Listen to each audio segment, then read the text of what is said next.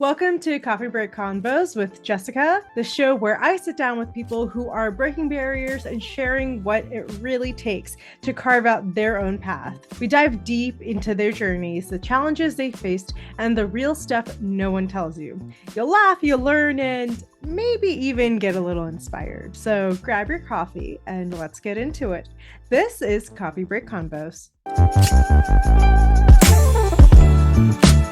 My guest today is Australia Kincannon. She's an actress, screenwriter, director, and a newly published author. Her first book, The Phantom's Melody, a Phantom of the Opera retelling, was published on October 12th, 2024. And since then, it has sold over 1,000 copies and continues to sell. Australia, there you go, right there. Australia also had her first book signing recently at Barnes and Noble.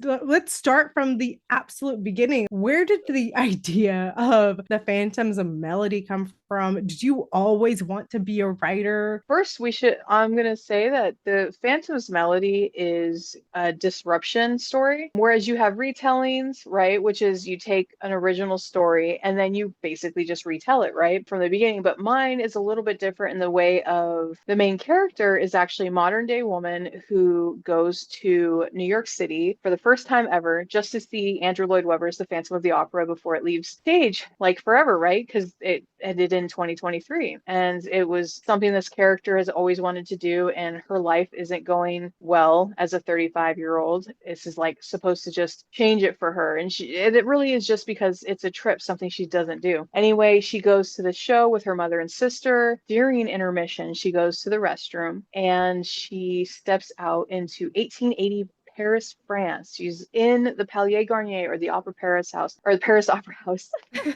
where the original Phantom takes place. Oh, wow. And so she is freaking out, right? And within just the first 20 minutes of there is the scariest thing ever, obviously for multiple reasons. But then she meets the Phantom and she doesn't know it, but she meets him and she's just trying to get away from everything. And she figures, well, maybe the only way I can get back home is if I get a job at the Paris Opera House, which she does. That's where they officially meet and just form a friendship while she's trying to figure out her way home. And I say it's a disruption story because she is literally in the middle of a story that's not supposed to be real. It's supposed to be a fictional story, but she's finding that all these characters are real. There's some that weren't accurate and some that were, and with her presence, that changes things because the story it shifts from Eric and Christine, which is the story everybody knows, to Melody and Eric because Eric accidentally becomes kind of enamored with her because he's like super curious. She's very different, and he's like, why did she have blood on her face? And like, I'm a little curious, and now she's here.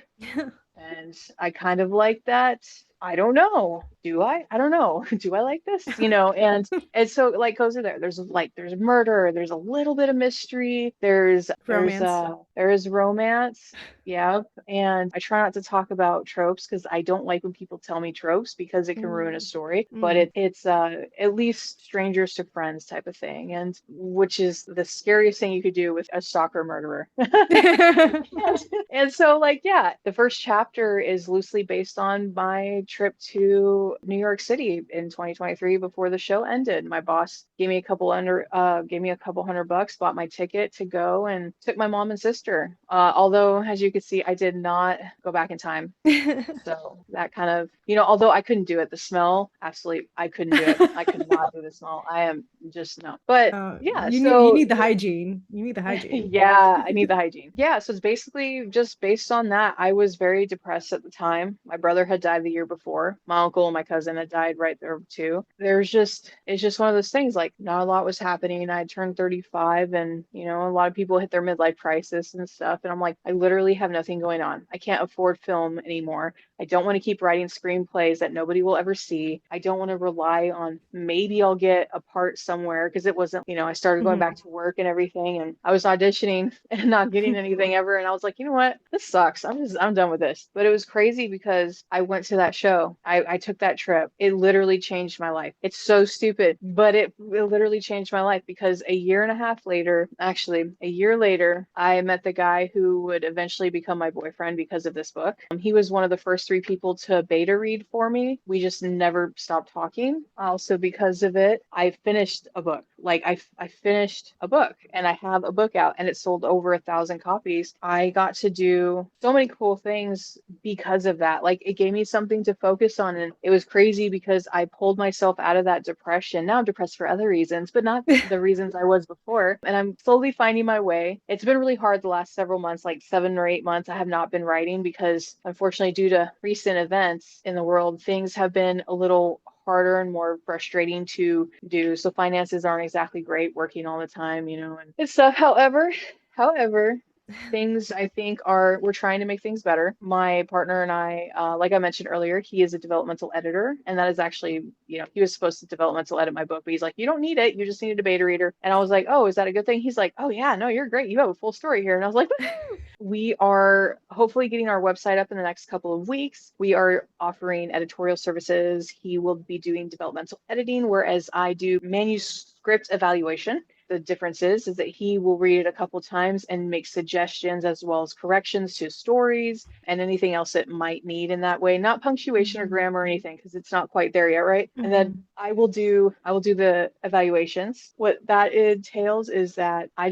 read it once, I go through and tell you what's not working and why. I may make a suggestion here and there if it's like small, right? But I won't make big picture suggestions unless I absolutely believe that it will be beneficial to you to work on that if you don't have it. This last story that I actually just sent back to its writer, her book just ends. Like there was no like story at the end of the book. Like there should always be like a climax to an end of the book, and she didn't have one. And so I was like, hey, and so I gave her this suggestion. I was like, look, I was, blah blah blah. I just wanted to let you know that I don't normally make suggestions. However, this is going to help you immensely. And it was great because she messaged me back. She was like, oh my God, you went so in crazy on this thing because like I'm a marginal commenter, so it's like do, do, do, do, do, do, do, all in the comments of this like Word document. But it's like one of my favorite things to do. I love doing that because it means that I get to help because I may not be the best writer in the world, but I know a story. Like I know a good story, Mhm. and I have no problem saying that. And so I was very excited to do that for her and stuff. We'll also be offering like formatting and like other services and stuff like that. He's going to do a bunch of one-on-one things, which is not something a lot of people do. So it'll be kind of like coaching and stuff like that, and it's great. So, but I'm really excited for it because I'm hoping at some point I could just do it full time and not work for somebody else anymore. So wish me luck on that. Yeah, the Phantom's Melody changed my life, and it's I never would have thought that just like little trip, that extra $400 my boss paid. He spent $400. He bought my plane ticket and my theater ticket because they were like $180, dude, because it was going down. They skyrocketed in the bitches. So like I paid for my mom and my sister paid for herself, and like because that $400, I now have a new direction in life. It's crazy. It's crazy. I can't even believe it. Like it's crazy. I still think about it all the time, even though it's been like 2.5 years. Big shout out to your boss for I know, for right? Right. I helping even put you it, like really yeah, change the yeah. It's even trajectory in of my like where you book. go. Yeah. Yeah, it's even in the first chapter. She's like, it was only because of the generosity of my boss that I was even able to afford this in the first place. It's amazing what a few extra $100 can do. And that's exactly what it was. Oh Crazy. my gosh. Being an author wasn't, it sounds like it wasn't really in the cards or it wasn't really top of mind for you. It ended up happening during this trip. Yeah, it was crazy because, I'm like many people in my position who have a very creative mind, who are constantly thinking about stories and things like that. Like, I want to create this, I Mhm. want to do that, I want to do this, I want to do that. I was actually before the trip, I joined my sister at Azteca with her family and stuff, and I had this idea for a screenplay, and I was like, oh, I think this would be so much fun. It would be very cute. And it's not really in my wheelhouse because I usually do horror or crime thrillers type. I usually do darker content and stuff. And this thing was a very Mhm. mostly lighthearted and like very sweet kind of story about guardian angel and her ward type of deal. And I was telling my sister about this, and I was like, I really want to write this screenplay. And so like they're listening for like 20 minutes. It was honestly probably longer than that because I don't know how to tell. I don't know elevator pitches. I don't do it. My boyfriend makes fun of me all the time for it. He's like, thank Elevator you for the pitches are scenic route. hard. Yeah, yeah. He's like, thank you for the scenic route. It's been like an hour. You could have definitely gone with an elevator pitch, but let's go ahead and talk about it. Anyway, so when I was done, my sister looks at me, she goes, "Why don't you just write a novel?" And I was like, "No, what? No." And so like that's weird. Like it never even occurred to me. So we're like eating and I'm like couldn't stop thinking about it. I was like, huh, maybe I should write a novel. So I started writing that little story. And Mhm. then we went to New York, Manhattan, a couple months, like 2 months later or something like that. And then I could not stop thinking about this story when I got home, this idea when I got home, because again, I was also depressed too. And especially coming back, I was super depressed. So I was in New York City, I was downtown, and Times Square is Yeah. gross. But everything else was really cool. Like my sister and I, we walked 60 miles while we were there in 4 days. We were just walking everywhere. And it was great. Like, I'm like, man, it's too bad this place is so expensive. I would love to live here. Like, this would be amazing. I switched gears as soon as I couldn't get this damn story out of my head. And lo and behold, like I said, a year and a half later, it goes off to the editor and is published 2 months after that. And so I couldn't believe that. It's insane to me. I wish it didn't take so long, but it's fine. I love my story, and there's a lot of and with that, remember you said how there's like not much information out there, or there's a bunch of information that contradicts itself or Yeah, yeah, others yeah. people, right? Yeah. So if you go back on that, right, my book is 300 and let's see, what is the actual count? Okay, so my book is 357 pages, and that's a 6 by 9. Oh my goodness. The fact that you wrote Yeah, that's 357 pages. Oh my Oh, goodness. it was longer than that. It was longer than that. I actually had to Wow. cut like 10,000 words from it, and people were still telling me you can't, it's got to be like 90,000. I'm like, screw your 90,000. That's kind of where you want to shoot if you're going traditionally published, right? Because it's easier to sell shorter novels, especially if they don't know who you are. That's what that 90,000 comes from for like romance or anything kind Oh, of okay. epic like that, right? If it's a fantasy, you can get away with 100,000 words. You can go up to even 110. But if they don't know you, it's got to stick around there, right? So some will even tell you 80. No, get bent. That's not happening. 80,000 words is really hard to tell a full-fledged like epic story or whatever. Mine is actually 116,000 words. And everybody kept telling me, you need to cut. And I'm like, you know what? I went through, it's a full-fledged story. I've had several people read this. They are all obsessed with it now. I'm friends with all of my beta readers now. I'm living with one and kissing him every day. I published it and I have sold over 1,000 copies. Most self-published books, doesn't matter what you do. Most self-published books, though, don't even sell that in their lifetime. Most don't even sell 100 in their lifetime. But a lot of it is also marketing too, right? And I say that because 90,000 words and mine's 116,000, right? And I was able to make it work. So you can do it. You can do it. You have to just be aware that there's a chance because some people think that's too long. That is not very long. I have a whole, you can't see it behind me, but I have a whole bunch of books. And yes, they're written by well-known authors and stuff like that. But I looked back on some of their first novels and things like that. Of course, most of them are like from the 70s and 80s and everything, but it still works, right? Is that a lot of them were around that then. But of course, reading was much bigger then, and people had longer attention spans. That's also where that comes from too, is attention spans. But I had several people message me and be like, I could not put it down. I read it like 7 hours. I'm like, I can't even read it in 7 hours.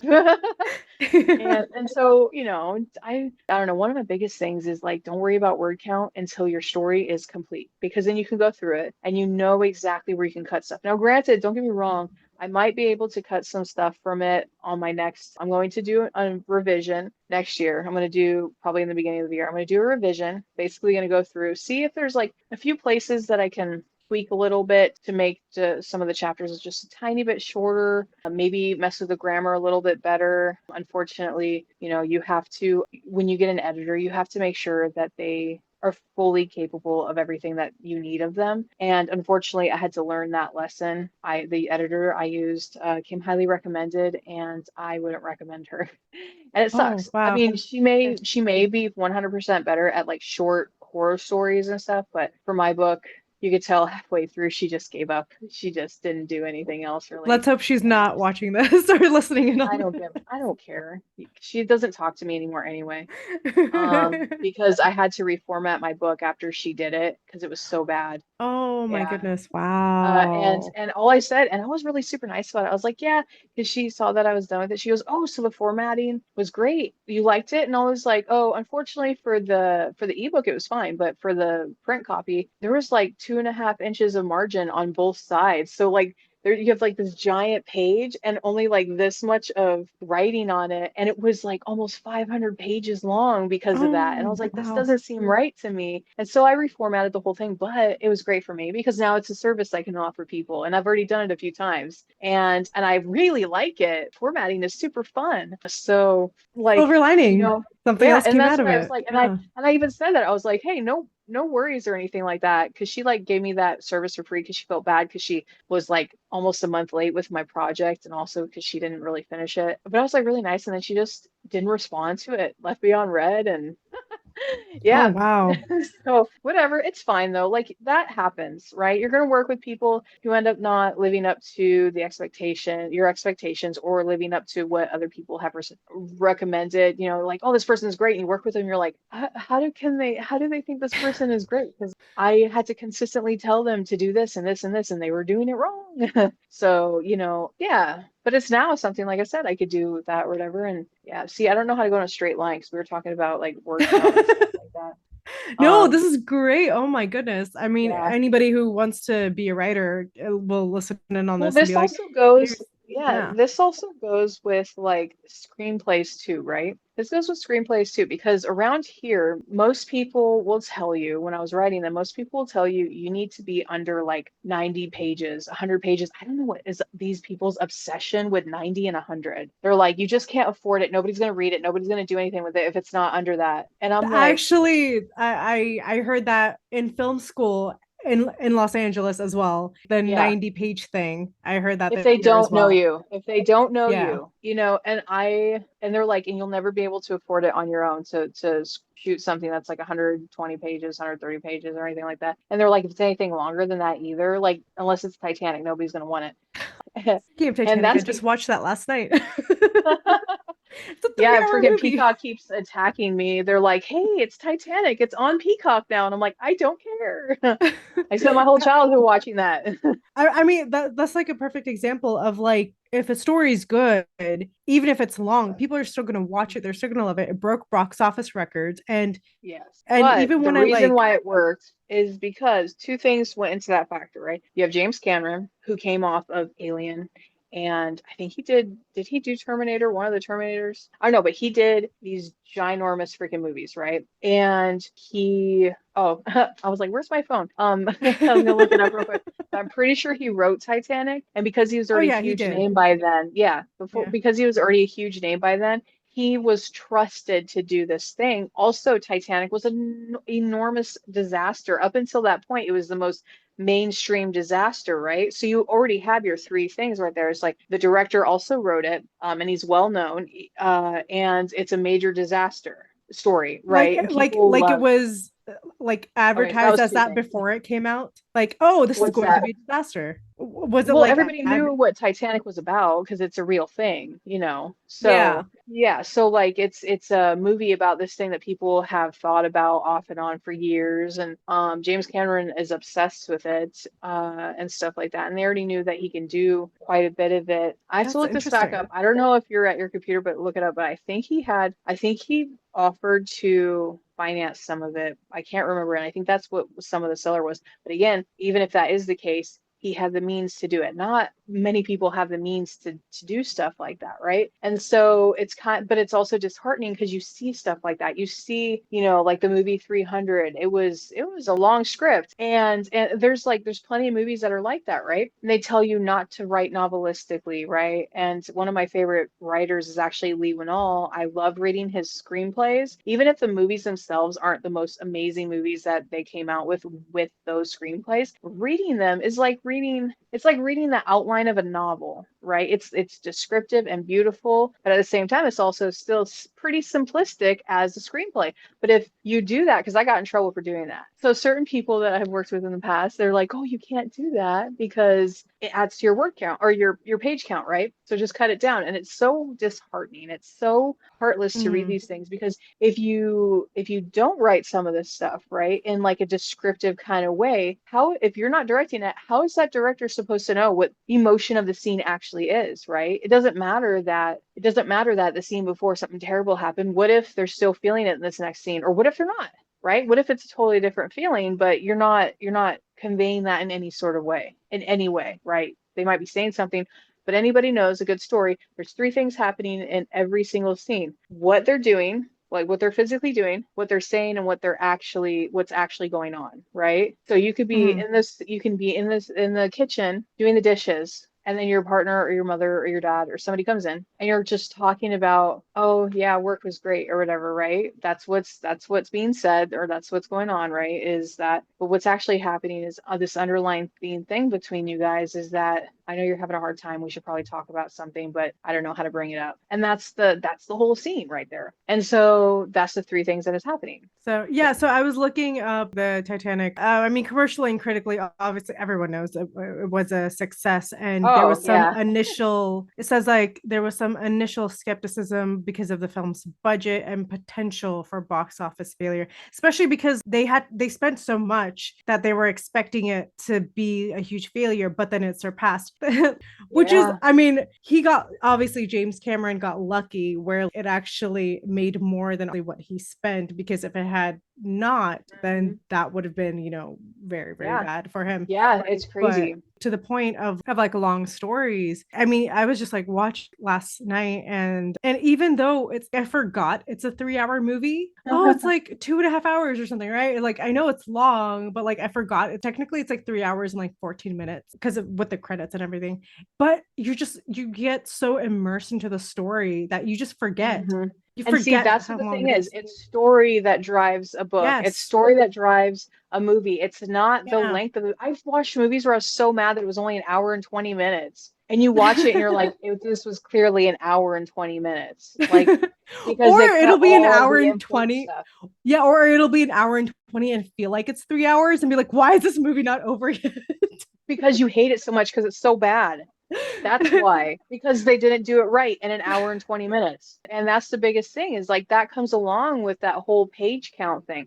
In Yeah. books, they're like, if you're over 300 pages, that's insane. You need to be at the 200 page mark. And you're like, why is that? So I can split it into two parts and make more money? I'd rather not. I'd rather just have my 350 page book and call it a day. Because if you don't have the attention span to read a 350-page book, I don't want you to read my book. I only say that because this book has all the emotions in it, has many Mm-hmm. things that people go through in it, and it's an emotional romance, self-discovery, and like all this stuff because and you can't get that in a short book. I've tried. I've read several books, and I'm not gonna name them, but I've read several books where I'm like, there's no real emotion in this book. So A yeah. lot of popular romance books, I'm like, stop calling these romance. They're not. It's just about people meeting and then immediately becoming so lustful, even if he's toxic as heck, then, like it's not romance. I mean, you can call it dark romance and that's okay, but don't misconstrue dark romance because people like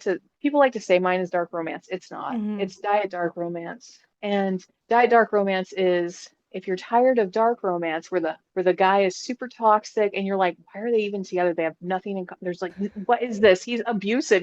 He literally has tried to kill her like 4 times. He sealed her in a bag and then did stuff to her. Like, okay, that's dark romance, right? But my book, I only call it diet dark because it has murder and stuff and Mhm. some dark context around it, but the actual characters themselves, Melody and Eric, surprisingly, it's pretty healthy. Their friendship and stuff is pretty healthy as it can be for somebody who is a murderer and stalker. So. Yeah. Yeah. Like, okay, so you were told to have it be a certain amount of pages. It can't be this Mhm. long and blah, blah, blah, because you're unknown. And any other challenges that really came your way? I'm sure there were like a ton of challenges. Financial. Yeah. Most of it's financial because when you self-publish, like I did, you are in charge of all the finances. Whereas if you go traditionally publish, like your big publishing houses and stuff, they do all that for you. You just have to get them something that's pretty tight, right? Like you've done 5, 10, 15 drafts on this thing. You've had beta readers galore. You don't have to have editing done to it, but you've self-edited it to the point where you think that, okay, if I self-published right now, I might be okay, but I still would want an editor to look at it. And that's what they'll do. They're regardless if you're ready or not, they will send it to an editor anyway. So, and they front the cost because they have in-house front editors. Like for me, I spent about $1,200 to do mine, and that was because I paid like $860 for my editor, and I had to. That's really it, actually.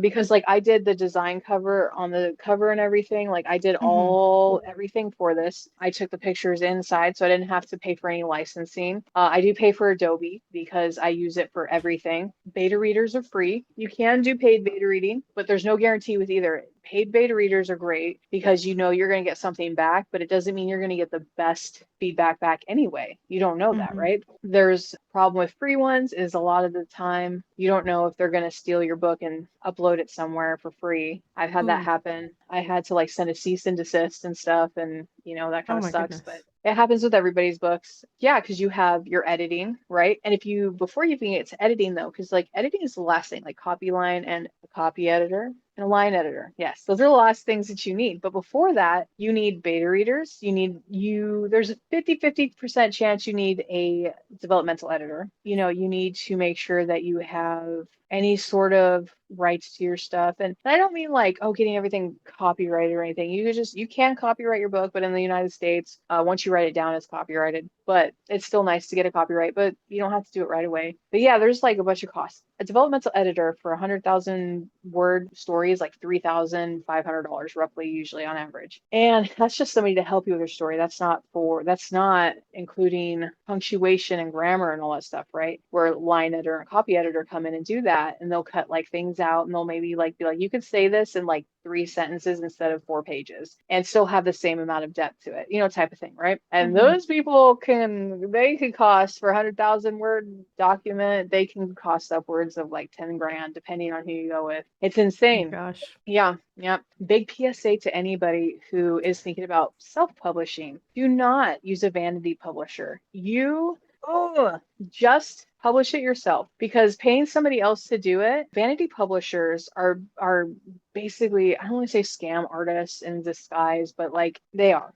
They basically they take your stuff for like a heavy fee, like four, five, $6,000. Some are 10,000, some are 15,000, just to publish your book. Something you can do for virtually no money. Oh yeah, you have to buy your ISBNs. That's where the other money came from. I was like, why did I say 500? Because I bought a bunch of ISBNs. You have to do that if you're self-publishing, but it's totally worth it because that means you own the rights to everything. You'll know where it's being sold, all this stuff. You do not need to buy barcodes. What was I saying? Oh yes, vanity publishers are terrible because they're basically like, oh, we know you did all this work, but if you pay us, we'll do the rest of the work for you and we'll market for you very short time, but we'll market for you. And I know you could probably do all this on your own for like a couple $100, but we're going to charge you thousands of dollars. We're going to get access to all your stuff, your KDP and everything. And sometimes they will steal your stuff. They will lock, like I read about it on the Facebook all the time. On Facebook all the time. I read about it in one of the big groups that I'm. They're like, yeah, my vanity publisher locked me out of my KDP. And a couple people found out a couple months later after it had been published that the publishing house that they went with, or the vanity publisher, I should say, changed their bank info to theirs. So they were getting all the royalties from it and stuff. And by law, they were allowed to do that because of the contracts you sign. Nobody reads that stuff. Nobody has a professional eye reading that stuff. So they don't understand that you basically give them permission to do this and you can't do anything about it after they do. So if you want to know if you're working with a vanity publisher, if they ask you for money, they're a vanity publisher. You can do it for yourself. If they're reaching out to you, they're a vanity publisher. Publishing houses don't reach out to you unless you've already published and your self-publishing book has skyrocketed and it's so popular, everybody's talking about it, and you sold 5,000 copies in a month, type of thing. Like that's the only thing, do it yourself or go traditionally publish. Do not work with vanity publishers. Sorry, it just gets So me so yeah. heated. No, no, no, no, no. So, I mean, for someone who is not familiar with the jargon or doesn't know much about the publishing industry, the difference between a vanity publisher and a regular publisher is like vanity will reach out to you. Publishers, regular publishers, will not. You need to go to them. Yep. And vanity publishers, because some people will look for a publisher and they'll come across these vanity publishers who guarantee publishing because you're paying them, right? But they're not Mm-hmm. actually a publishing house. They'll put their name on it and they will do some stuff. But like I just had to save a friend from a vanity publisher because she didn't know. So I'm doing her my partner and I are going over her project and we're going to get it ready for her to like do that. And that's a service we're going to offer people too, but we're not going to publish anything. We'll walk you Hmm. through stuff and we'll make sure that you're ready for it. But like, Yeah. you shouldn't be paying people to do something that you can literally do on your own. There's only like two or three places that you're going to upload. You don't have to have anything special to do it. You probably will have to pay somebody to format your book, which is what you should do. Any art or anything like that, do not use AI because most people will not trust you. If you use AI for your cover, they're going to assume most of the time that you used it to write your book. And there is a lot of controversy about it. I don't know why it's controversial. You didn't do any work. You spent 20 minutes to write in a prompt and called it a day. Where sometimes people put in 20 years to write a whole freaking book, you know? Hmm. Because like it's not the same thing. It's not the same thing. And you're taking not only are you taking away, you're shortening yourself because there's just no way you could sit there and be like, oh yeah, I wrote this book. You're like, oh yeah, oh my God, let's talk about like deets and stuff like that. And they're like, well, I mean, I don't know, like I use ChatGPT to help me and stuff like that. And you're like, oh. Or like when someone asks you, what was the thing that inspired you to write the story? It's like then you literally Yeah. have nothing that inspired you. Well, you could say that like I was so inspired by this movie that I saw or this event that I saw, but I didn't have the time to write the book, so I just chat GPT or something GTP, like it. chat Whatever. GPT. Yeah, chat I don't even GPT. use it. I've seen it like once. Um, AI, just go with yeah, AI. yeah, there you go. Some guy came to buy something from me. He's like, well, usually these aren't like this according to this. And you're using chat thing. That has been proven to be inaccurate quite a bit if you actually click on the links that it's providing that information to you from. Because that's what it does. It'll provide them where it got the information, will provide links most of the time. I see it on Google too, and I don't use those either.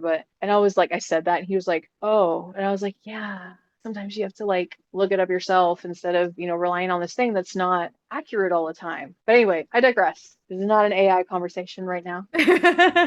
Although I was at a convention, no, I was at like a market thing last year for my first like little thing. I sold 7 books. I was so excited. It paid for my booth. And the guy across me was selling rugs and books. And I was like, he was so proud of himself. He had 5 or 6 books out, and they were like self-help books for different things and stuff like that. He comes over to me and he's like, yeah, I published all these this year. And he's so proud of himself. And I was like, damn, he must have been working really a long time on these and like wanted to publish them all at the same time. And he Hmm. goes, yeah, I just put in a prompt into the AI thing, and I tell it how long it wants to be and stuff. And I'm just like sitting there absolutely mortified. I worked a year and a half on my thing, like nonstop, nonstop, nonstop. Not saying that, if you work less or longer, it makes any difference because you're actually doing it. But if you're just Yeah, putting in a prompt, it's the difference oh, between actually you writing it versus a computer writing it yeah, or a because robot he goes, writing it. Yeah. yeah, the computer wrote it, and it's so cool because I just have to go through and change a few things, and then it's done. Well, And my friend who's that's with me, she's fantastic. like, don't say anything. And I was like, we're in a church. I'm gonna be very good. It doesn't matter that I'm not religious. We're in a church. I'm gonna hold myself. It's fine. It's fine. I was like, you know what? I really like your rugs. I'm gonna buy one just because your sister made them and she died. So Oh, rugs. I yeah, wanted rugs, to rugs, rugs. I was gonna ask. I was like, did I hear it's rugs. Yeah, Rugs rugs. with Yeah, an rugs. R. Yeah, Carpets, so that's the carpets. thing too, is like that's another expense people have to think about. If you're not going to create your own cover, right? If you're not going to create your own cover or your own art for it, you have to pay somebody. You have to pay somebody Mm, to do it. You can buy pre-made covers for almost any genre anywhere for a couple $100. And they're legit. They're legit, like covers and stuff like that. You can find them all over Etsy and stuff, and you could tell if something was AI. Like you can tell. You can buy them. Like somebody still created them, but it was like something that they can throw together really fast. It looks really good. At that point, you're good. Like you're solid. That's a legit viable cover, right? For a mhm. couple $100, as opposed to like 1,000 or 2,000 you might spend on a really good front, middle, back from scratch cover, right? That you might do. Yeah. Some people can afford that, some can't. I'm just lucky enough that I have the art skills to do something, right? Do I think my What cover's software? perfect? I just draw in Photoshop. I have yet to learn how to use Illustrator. I always felt that that one was more like if you're doing graphic art and stuff like that, whereas Mhm. I do like more realism stuff and things like that, or I try to anyway. I'm not very good at that realism stuff, but that's the way that I go. Also, old dog new tricks and all that stuff. I don't. I've drawn in Photoshop for so long that I don't know that I could use something else.